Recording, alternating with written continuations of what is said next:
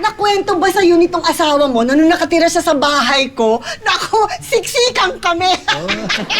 Kasi ang liit-liit lang ng bahay ko, tapos ang daming umuupa. Pero alam mo ba, sa lahat ng borders ko, itong si Elsa ang paborito ko talaga. Alam mo yan.